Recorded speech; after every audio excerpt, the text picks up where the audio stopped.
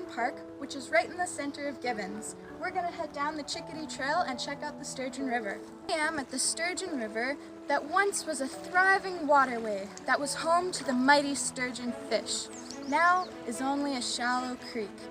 This river used to support many communities with fresh drinking water and many fun activities like swimming, boating, and fishing.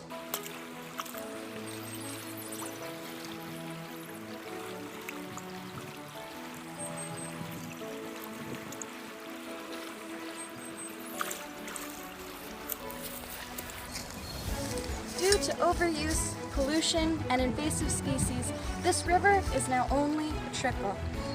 An invasive species that lives here in this river are the rusty crayfish, and they survive because they have no natural predators, and they eat fish eggs, and they can survive very harsh conditions. I just live around the corner from this river, and I would love to see it restored back to its natural beauty and magnificence, and there are many ways that we can go about doing so.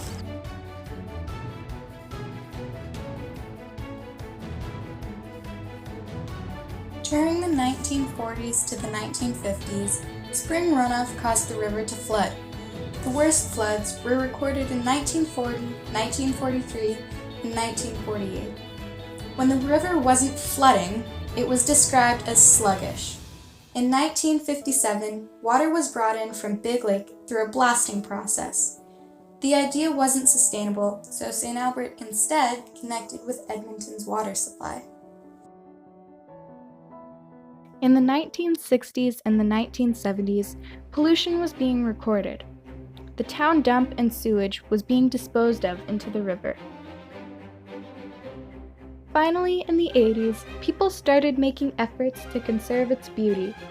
In 1984, the Devonian Foundation donated money to the city to build riverside trails.